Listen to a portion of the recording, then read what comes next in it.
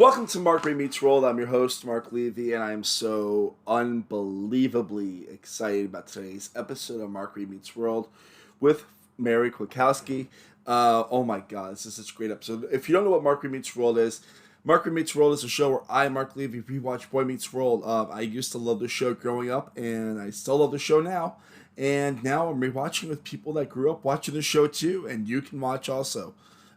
If you haven't watched today's episode, then I highly recommend you do that. So, the episode is fantastic, and it is called Model Family. It is episode 15, I believe, from season 1. If you have it on Disney Plus, it might be a little bit different from that because Disney Plus has it on a different spot, but it doesn't matter. You can watch it Disney Plus, Daily Motion, on DVD, whatever you want. Whatever you do, just watch it. If you haven't watched yet, pause or wait this 5 seconds or whatever awkward stuff. That's what it is. Just watch the show before you continue.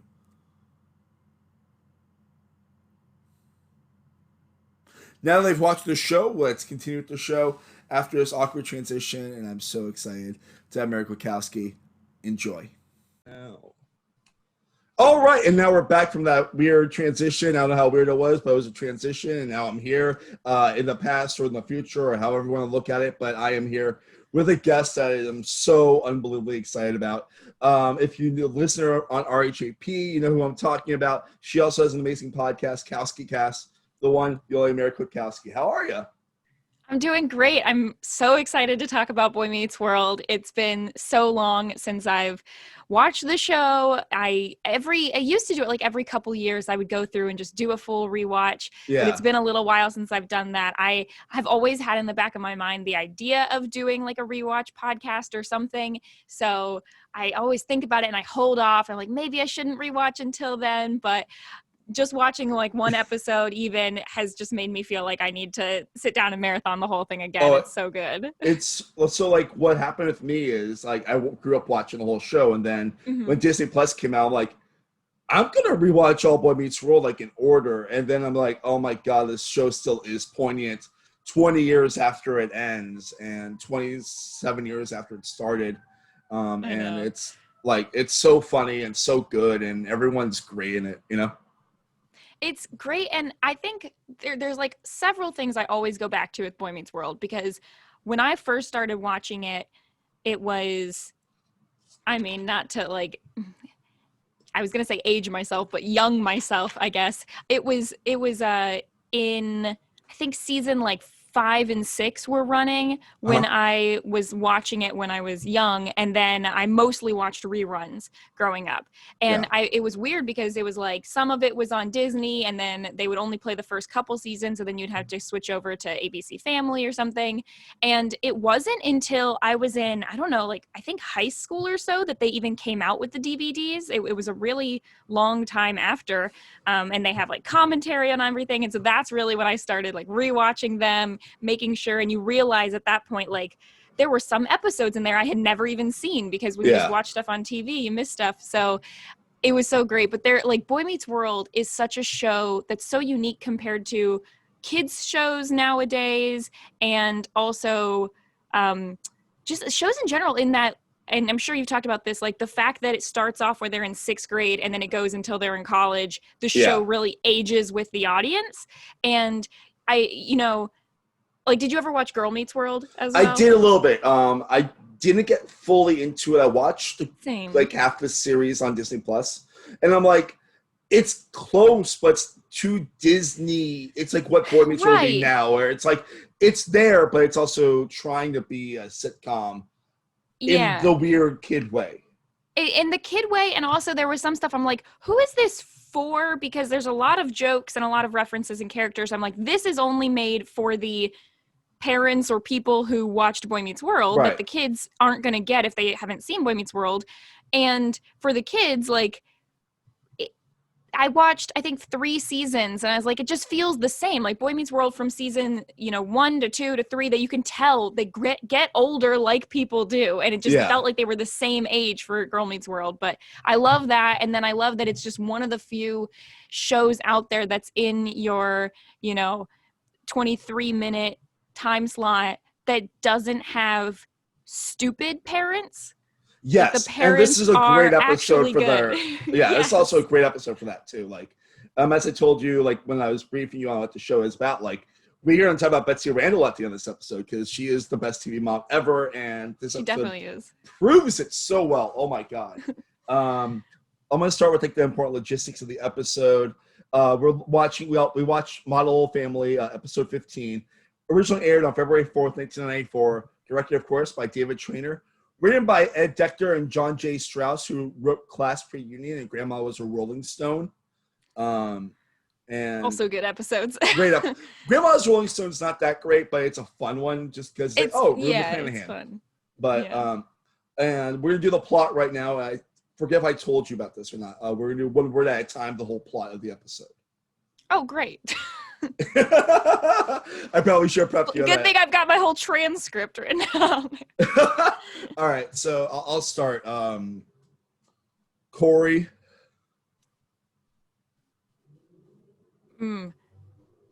Becomes A. Dad. Fakely. For Class. Yeah. Eric.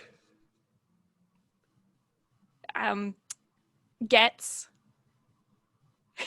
A.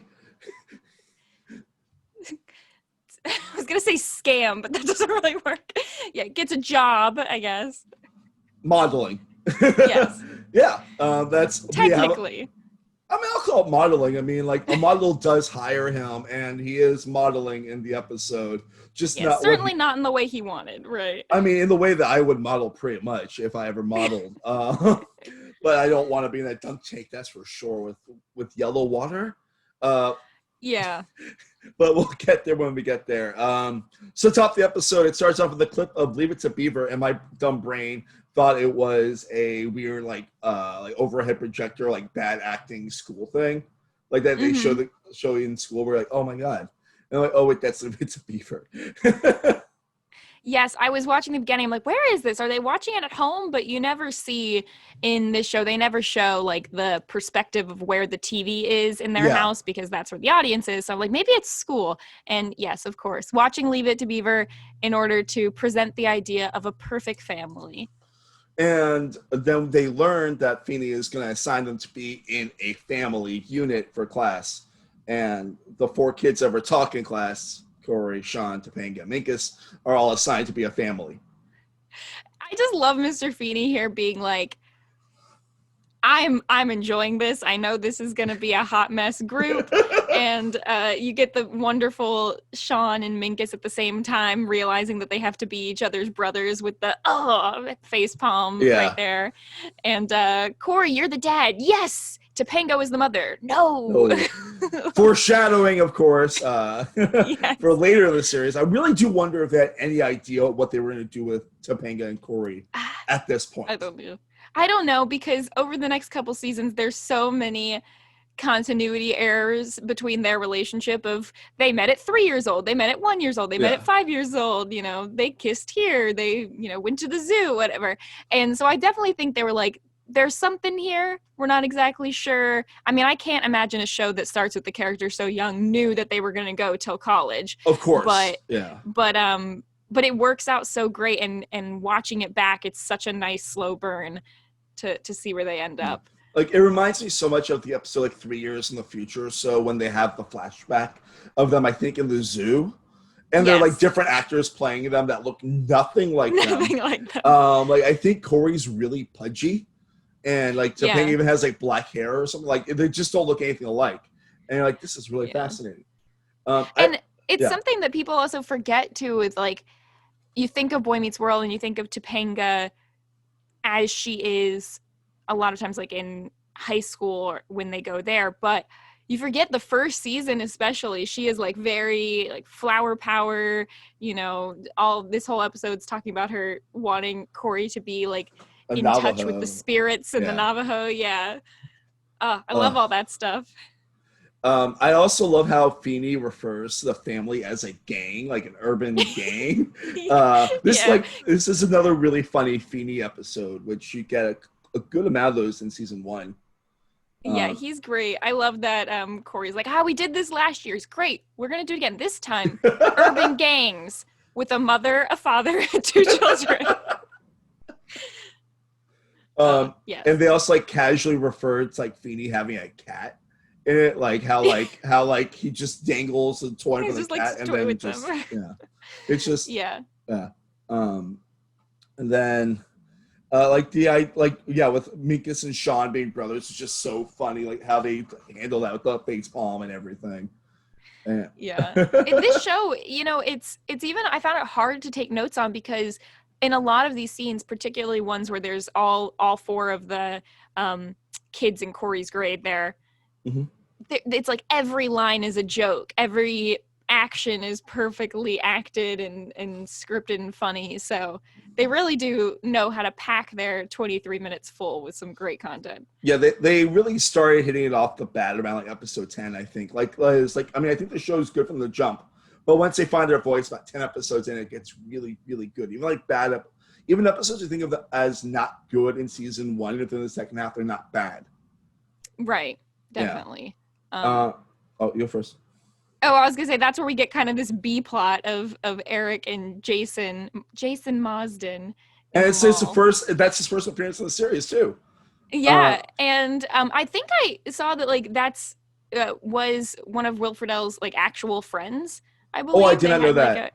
I think I'm trying to remember if it's that they're actual friends or just that Eric had a friend. Will Friedle had a friend named Jason Marsden, and that's why they chose the name. It's one of the two. Well, I know that the actor's name is Jason Marsden, and the character's name is Jason Marsden. So maybe it is his real friend, I believe. But I mean, they have really great banter. I mean, I'm really sad that the character of Jason is only in the show for like less than 10 episodes. Because he just goes away in the middle of season 2, I think, if I'm not mistaken.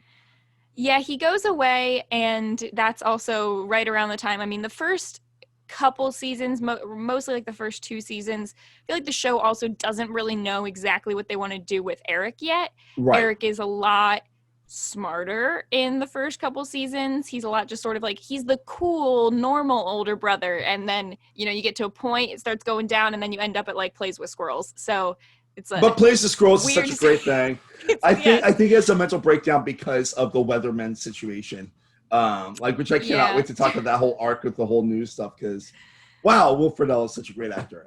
He's so great, and Will Friedle was Boy Meets World, but he was also obviously in Kim Possible, and then I always think of him as the guy from My Date with the President's Daughter, which was also on Disney Channel at the same time.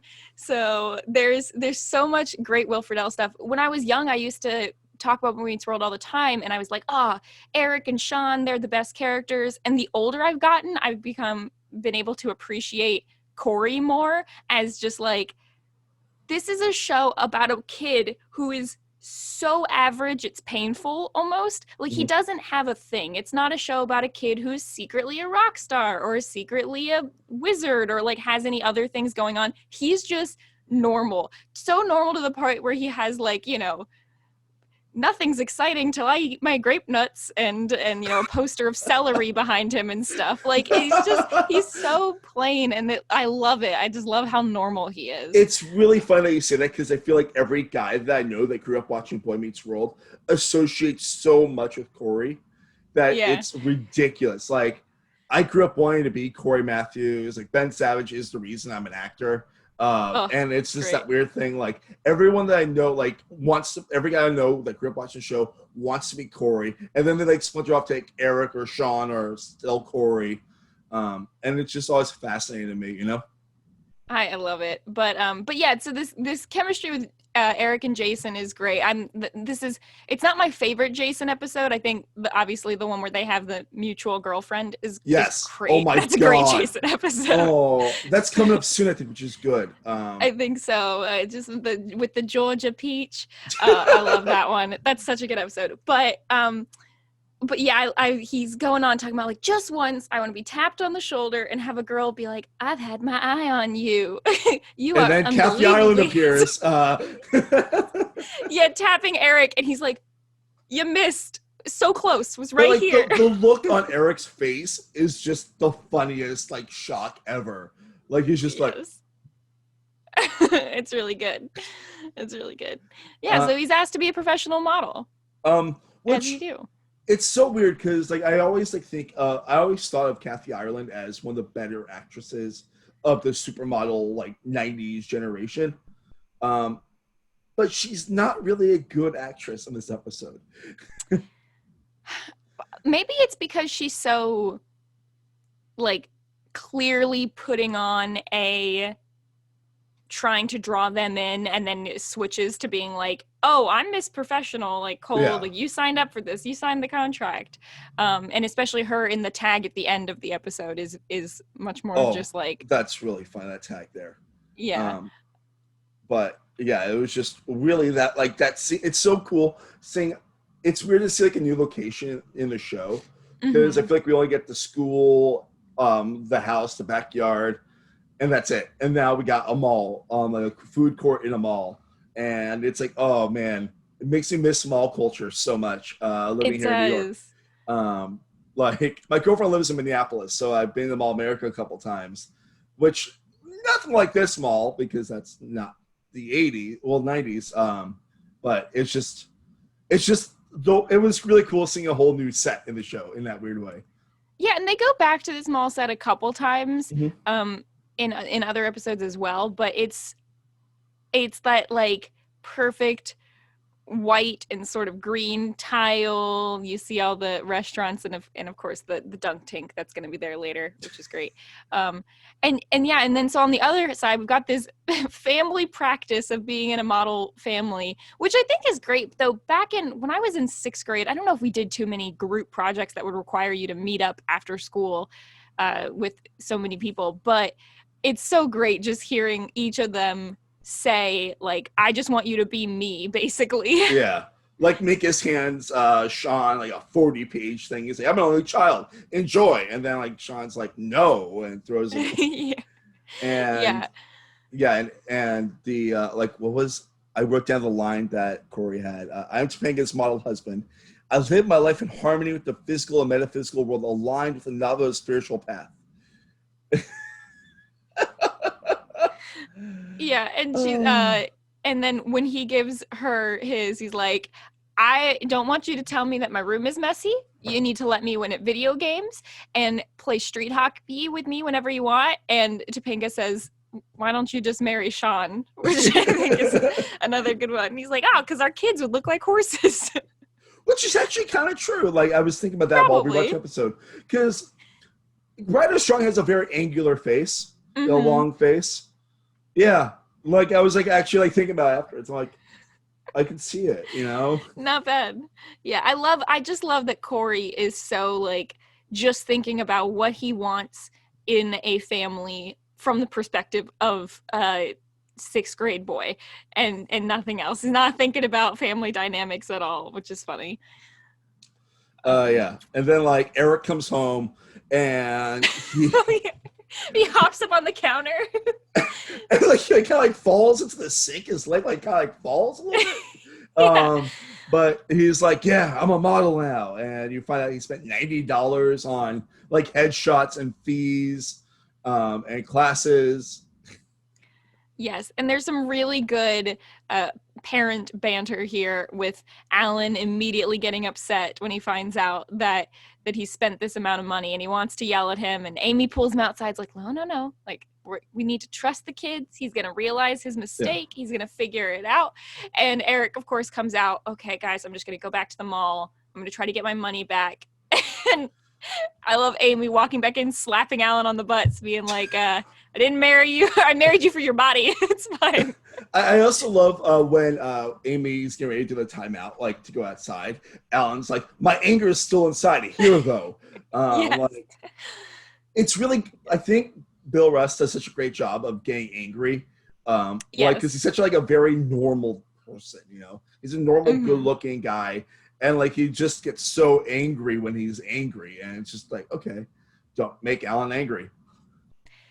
And I know that sometimes people think of Boy Meets World as being like, okay, it's the show where every episode has a lesson, and there's that, and, you know, by the end of every episode you've reset, everyone's happy again, Right. which definitely changes later at some point when you get into a lot of the really deep content that they put in the show with cults and gangs and death and Oh, I drugs and can't wait all to talk about kinds that of cult. stuff. I cannot wait to talk about that cult episode. That is, Oh I've got yeah, there's strong opinions about that episode.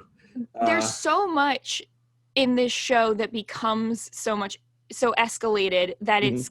it's refreshing to look at some of these early ones where the biggest issue was Eric put $90 into becoming a model, and, you know, Corey doesn't really know what the importance of family is until the end of the Yeah. episode. But at the same time, I've seen other shows, like I was rewatching some episodes of Seventh Heaven the other day for I've some never reason. gotten into Seventh Heaven, but I know of it, of It's course. Yeah, I mean, I feel like it was one of those things that we'd watch an episode here or there if it was on. You get halfway through it waiting for dinner time or whatever. But that one is a show that I feel like similarly has some really deep, dark moments, but also like the heavy-handedness with all of the lessons is just like everything any character says feels like a speech and like a rehearsed, prepared, very insightful kind of thing, which is can be good. But this one, it's a little bit nicer just to have it Corey be like, you know, I learned that in a family, blah blah blah, and they're like, yes, good job, Corey.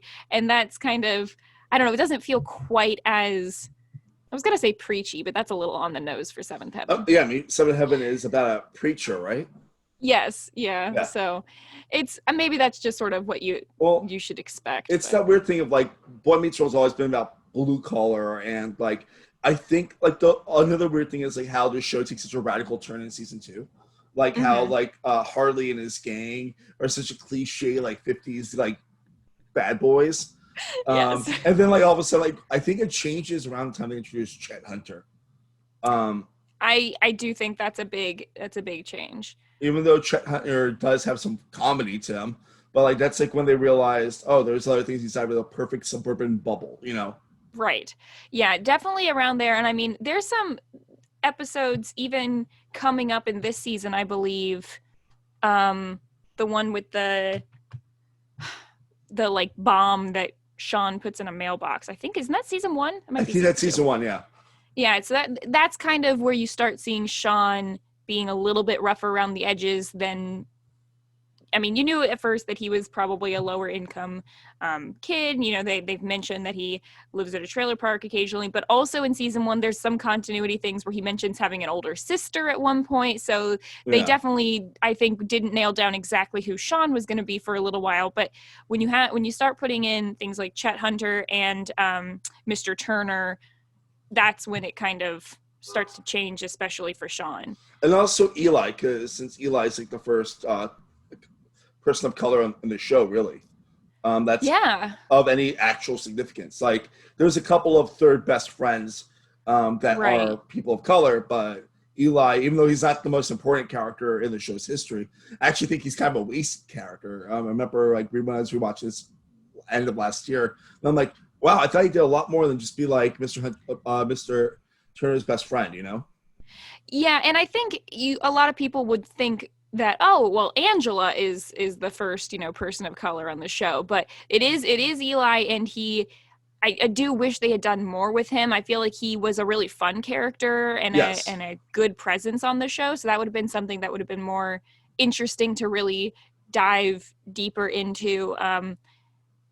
I think they just at some point sort of escalated some of the high school years to get them to college, and it kind of dwindled off. That becomes a lot more relationship focused at some point. Yeah, I mean, considering that only the first 4 seasons of the show are in middle school through high school, they go through 6 years in 4 years. So yes, yeah, but it's such an interesting show. I was sorry, went on this tangent because you were talking about how Alan was, but yeah, tangents I do are think cool. Like yeah, I do think that he, like you're saying, he did a good job, or he has the ability to like get angry in that way. He also, I mean, his character is going to go through some tougher times as well later on, Yes. and just sort of the stresses of his job and trying to be a good father gets to him at certain points, and then he's able to kind of play the more serious side of the character. But in the beginning, it is nice just to see this guy who,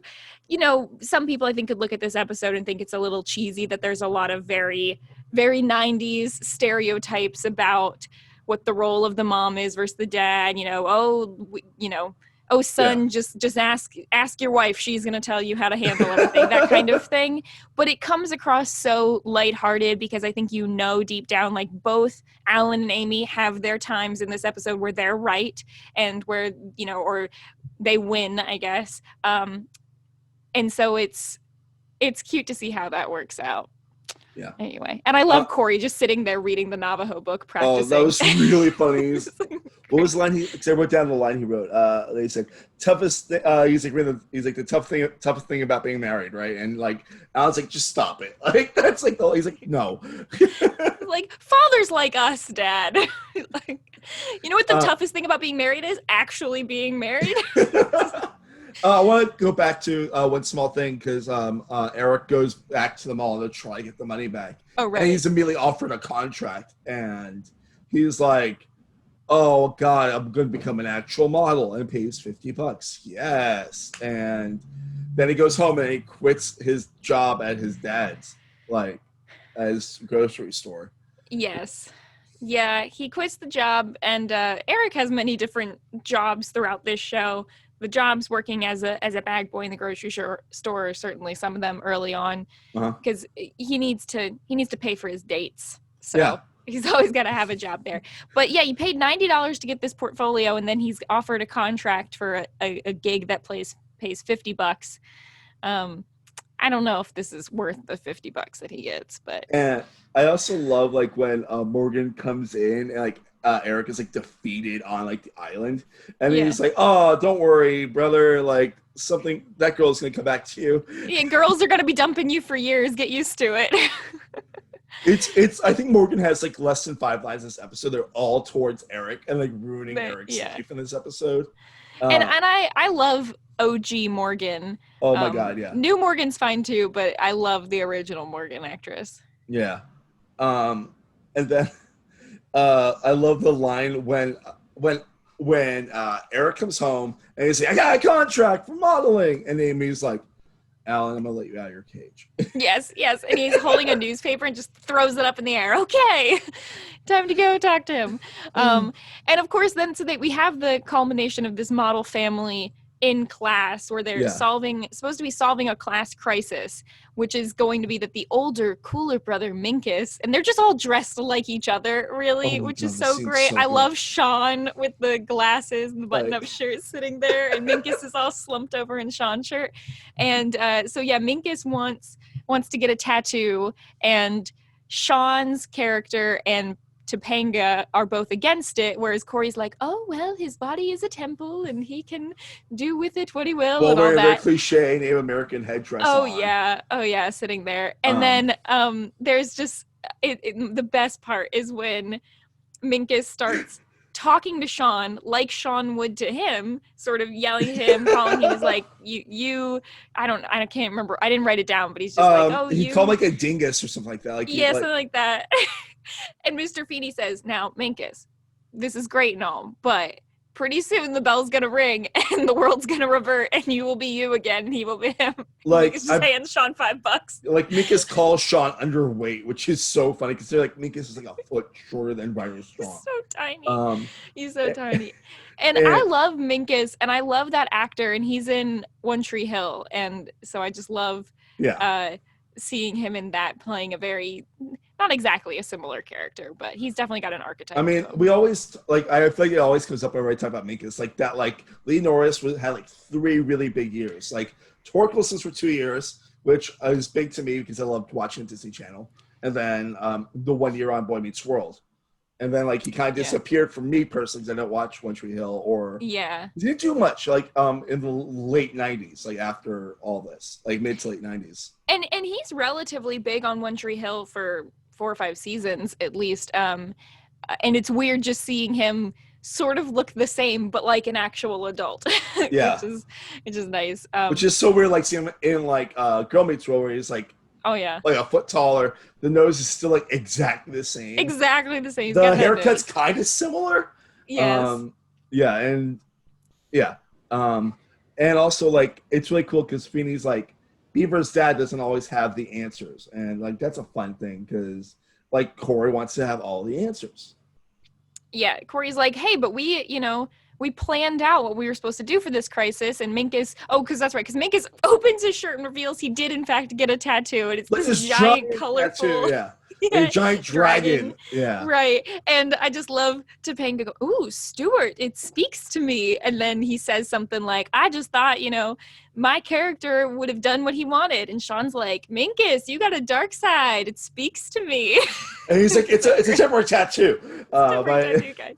But it's just like it takes up like 50% of his tiny little chest. Like he rips open his shirt to do it too. It's just like, oh. Yeah, it's so good. So that he learns, the lesson that real families, there are no rules.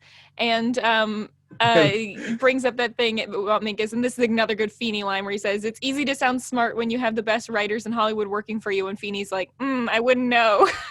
And then we get back to our B plot, where Eric shows up at the mall. He's got two girls on his shoulder, on his arms. And he's like, these are my girls. And like, yeah, we're at the model. And then like, Catherine Ellen's like, okay, well, we're gonna get you in your costume. And it's a lobster. Oh, it's great. Like tights, and like the most unflattering costume that Will Friedle could wear, I think. And he sells it so well in this costume. And you find out that he's the lobster for Larry's Lobsters. Yes, and he's going to be in like a dunk tank that looks like butter, and this is what you were saying, the yellow water. I pray that's like not butter. I mean, I hope it's just dye. I hope it's just dye. That's yellow. That's just yellow. It's yellow water substance. But Corey and Sean also show up, and Corey is like, what kind of idiot would wear one of these get-ups in the mall? They get a little closer. Apparently Eric. And then, like, the girls don't notice it's Eric yet. And then all of a sudden, Amy and Morgan show up. And Morgan's sign's like, it's Eric. That's my brother, That's Eric. My brother, Eric. Yeah, I love that. Like, 6 times just says Eric, like, in a row. Yes. And then, of course, since he has been suffering this whole episode not being the model, Jason's going to get to dunk him. And be cool in front of the girls. That's always a good thing to do. I mean, Jason Marsden, the actor, the character, deserves it. If I'm not mistaken, he was like Aladdin in the TV show, right? I think so. Yeah, that sounds familiar. Yeah, because I know like he's like Will Friedle, where he's had like a voiceover career and stuff. But like, because I know he's like been a working actor since like the 90s. I also have an image in my mind of him dressed up like Aladdin in this show. Does he ever do that as well? I don't know why I have that. I don't know why I have that image, but it's great. And every time I see him though, I just think, oh, my little Georgia Peach. Yeah, I mean, because like Mr. Marsden. Oh, so good. No, he was not. Was he Aladdin? I know he was a Step by Step for a lot. Was he Aladdin? Or am I going crazy? I'm trying to remember. He was in Extremely Goofy Movie. I knew that. Yes, I have an image of him dressed up like Aladdin in my head, and so I don't know where that came from. He's very much in the Disney family. Yes. Yeah, but like he was also Thackeray Binks in Hocus Pocus. Yes, he was Thackeray Binks. I love that he's got that like same 90s swoosh hair that him and Eric both have. Yeah, and he's got the more long hair, and then Eric and Sean always sort of have similar hair before Eric just goes out of control. Yeah. It's great. And then like one of the last scenes of the actual episode itself is like Eric is in the kitchen and Alan comes in and he's like, oh, let me show you like where everything is here and bag it properly for you in our house. So he can try and get his job back. Yes. And he does know the proper way to bag things. I worked at Trader Joe's for 3 years. I can say that is the proper way to bag Cans on things. The bottom. Yep. Yeah, it's cute seeing him try to get the job back, and I love when he at first doesn't get it and Corey walks in and is like, well, did you grovel? Like we had talked about. But he gets his old job back, the weekend shift, the Yeah. evenings, weekend evenings, so it's fine. Which, He doesn't have any dates to go on at the moment. I mean, every girl in Philadelphia saw him be in a lobster costume dumped into a giant tub of butter. Which I know is like embarrassing in the context of the show, but in real life, like if we had friends who were doing that, we would have probably just thought it was funny, Yeah, and not totally. and not like, oh, that's kind of silly that they did that. Um, I also love like towards the end of the episode, like at like the end of the scene where like Corey's just being like very like I learned my lesson this episode, and Alan's yes, just like, did you get a tattoo? he's like, when you're a good father like me and you realize the kids do stupid things like dress like a lobster, get a tattoo, but you have to give them because a family is a living, breathing thing. And Alan's just like, did you get a tattoo? Because you won't be a living, breathing thing if you got a tattoo. And Corey's like, whoa, it runs off. So, and then of Yeah. course the tag at the end, Oh God. Corey hamming it up at the mall, trying to get trying to get the lady to give him a job.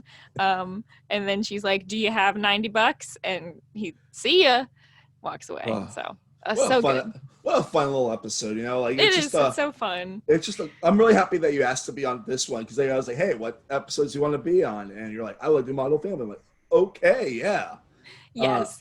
I think, I mean, the model subplot, while that one's funny, and I love Eric and I love Jason, it's just always stuck in my head the scene of Corey and Sean and Topanga and Minkus in the kitchen giving each other advice on what they think should be a model family. And of course, when Corey's sitting on the desk and stuff later is so great.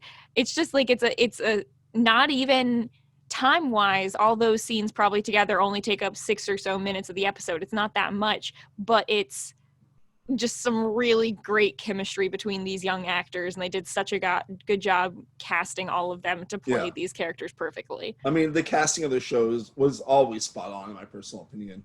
Watching these actors grow is like the best part of it. It's so great. It's so great. I mean, only downside is just that Minkus doesn't stick around.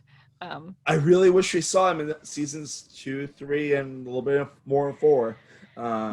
Just not even like much, like just like enough, like be like him, like with like maybe like give him the Morgan treatment, you know? Right. But we were talking about earlier about how they were able to grow the show and age the characters, and probably they could have gotten in that Disney rut with keeping Minkus around of like, how are we going to move past these plot lines if you just always have this character here? Which, from my understanding, is the issue with later seasons of Girl Meets World with Farkle Minkus. Right. So yeah, similar kind of thing. Talking about Minkus, we might as well do the Minkus Minute now, right? Sure. Minkus Minute. All right. So it's a good Minkus episode, which we all know. One of the things I love about Minkus in this episode is like I do love how he presents that 40-page document to Sean. He's like, I've been thinking about this like my whole life. Here you go. And he hands him, and Sean's like, and then just tosses it away. It's delightful, that moment. Like the chemistry between Lee Norris and Ryder Strong was always amazing, I think. It's so good. I love that idea that's like, I'm an only child. I've always wanted siblings, so I've thought about this so much. And Sean's like, yeah, but here's the thing. If you had siblings, this is how they would treat you. Yeah. And I'm an only child too, and I actually get where Minkus is coming from. So I'm like, I understand that. Yes. See, I'm one of 3, and being the middle child there, I have never had to wonder what it would be like to have siblings. Get plenty of that in my life. But I love that moment with Minkus. I think my favorite moment is just when he starts yelling at Sean and then has to give him the $5 to get just seeing like Sean puffing his chest for like trying to be a nerd. He's like, and like when the tattoo reveal is just so funny and so random because there's no mention of a tattoo at all, and then also just rips open the layers of shirt and it's just got this elaborate like Chinese dragon tattoo on him that's like full color, and I'm like, that better be a temporary. That's a Like big temporary tattoo. it's huge. It was like a Yes. foot, you know. Yeah. Anything else you want to add for the Minkus minute? Those are my favorite bits. I mean, of course, anytime at the beginning of the episode when he's in class, just being himself, and him and he has some moments with Corey throughout the series, but a lot of them are that dynamic between him and Sean, and it's so good to just see that back and forth there, and you know that Mr. Feeney's loving it. So Yeah, I like just love all that. it's such a like in the middle third of season 1, I feel like they just gave Bill Daniels like have fun with Feeney, like because they gave him like a Yes. long poem to read one time, and then there's just a lot of weird like Feeney's a jokester for Oh part of yeah. season 1, which I love so much. But And they always try to make the Feeney character. I mean, you think of him as being this like wise guy, good advice, sort of the older strict teacher, but he's really like just full of these fun little lessons. You can tell he loves being a teacher and loves to get to know his students. So, and he's very personal toward each of the students. You can tell he like directs different lessons at each of them, which of course is because it's a show. And I wish my teachers did that growing up. I do too, yeah. And that's our Minkus minute. Minkus minute.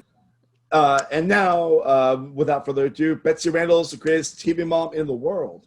A one, 2, 3, 4. Betsy Randall's the best TV mom. Yeah.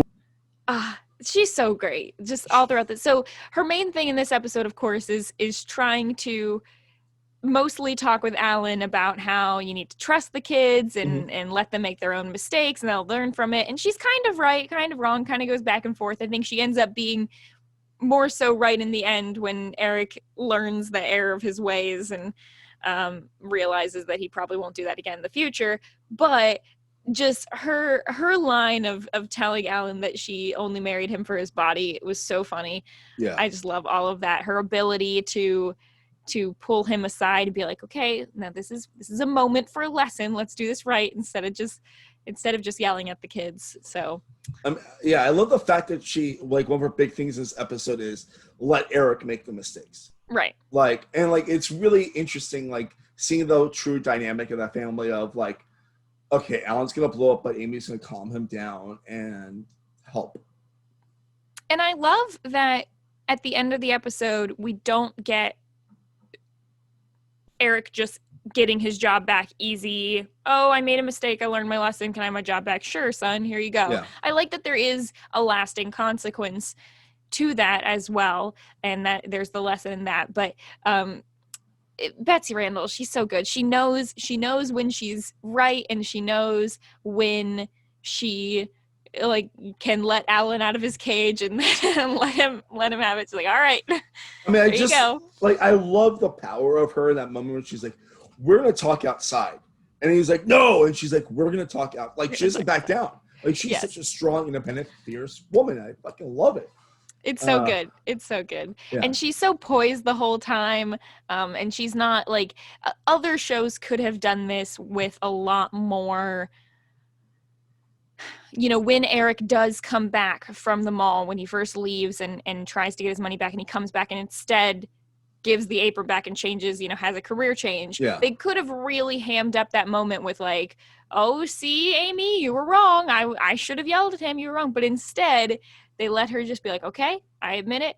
Not the best. Your turn. There you go. She's just very, you know, give and take. She's not always trying to stick with exactly what her initial thought was. Yeah. Yeah. I mean, she's awesome. Like, it's really nice that they've like developed the idea of what Amy is now. Like, in the beginning, it was just like sweet mom who supports her kids. Now it's like sweet badass mom who supports her kids. Yes. I mean, best TV moms, like in a sitcom especially, I love her here. She's right up there with like Martha Kent in Smallville and Lorelai Gilmore for me in terms of my favorite TV moms. Yeah, I think like for me, like for sitcoms, it's her and Martha Plimpton in Raising Hope. Another good one. Yeah, who's obviously a grandma, but also a mom, because that's what that is. Yeah, I love Raising Hope.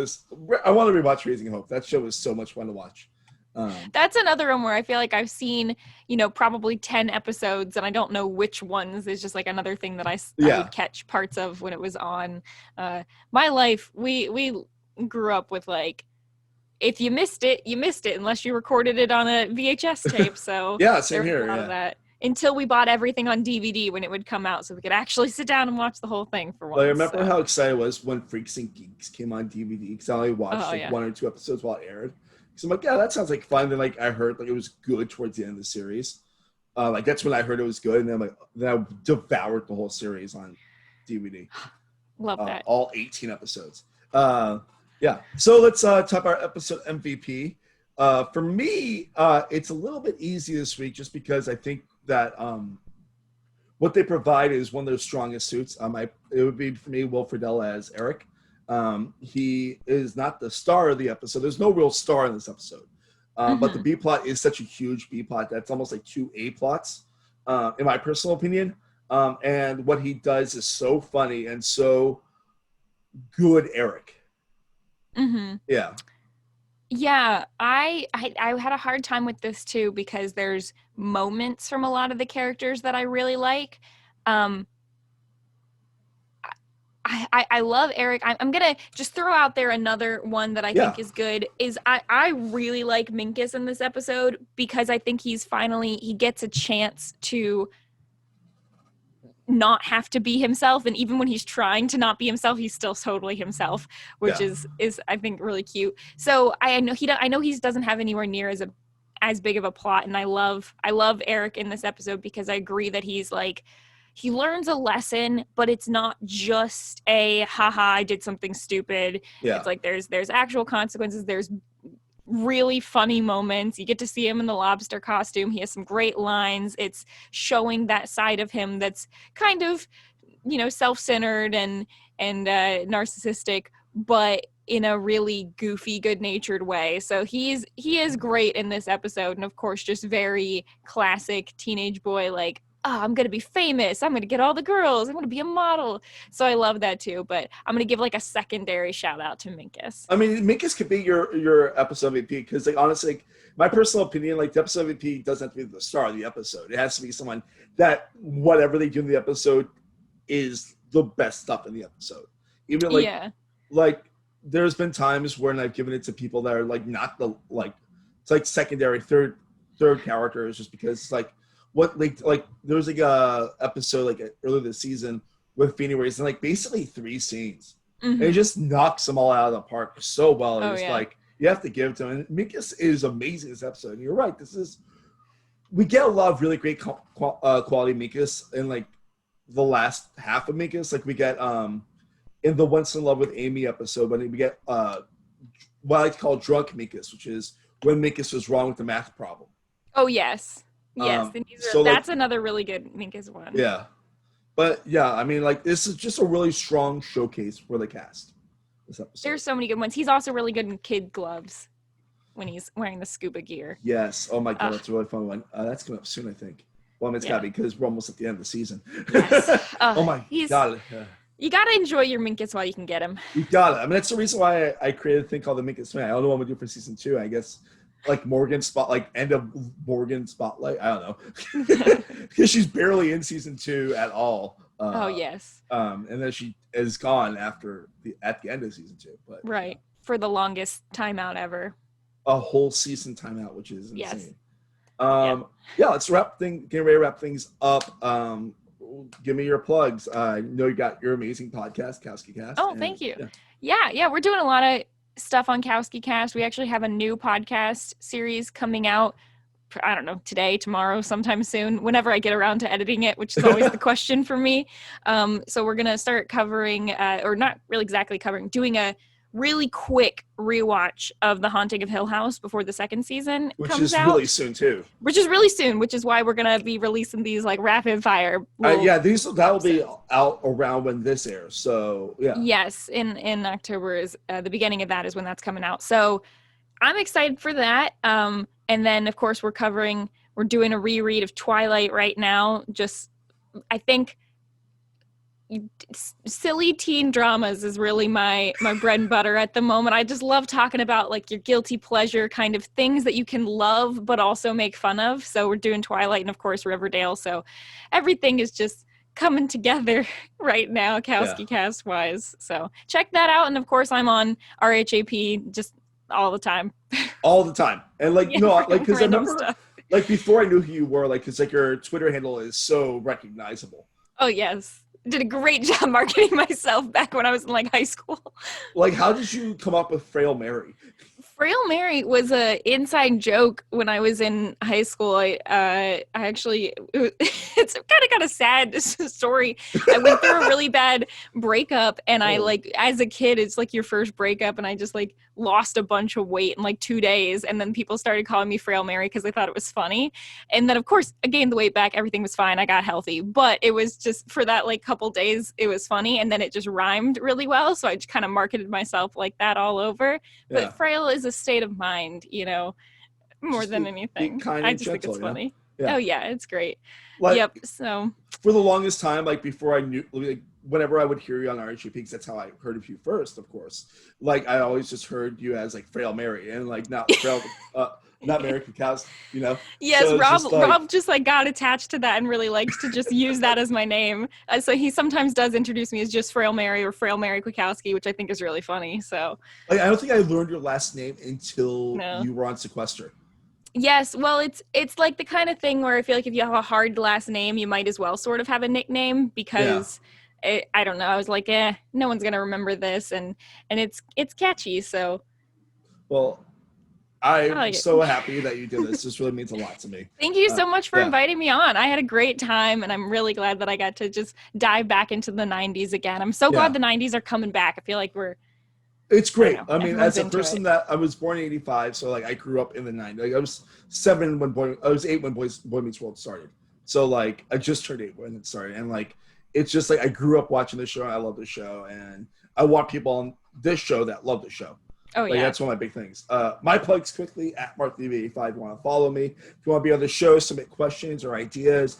MarkRemeetsWorld at gmail.com. Subscribe to this YouTube page.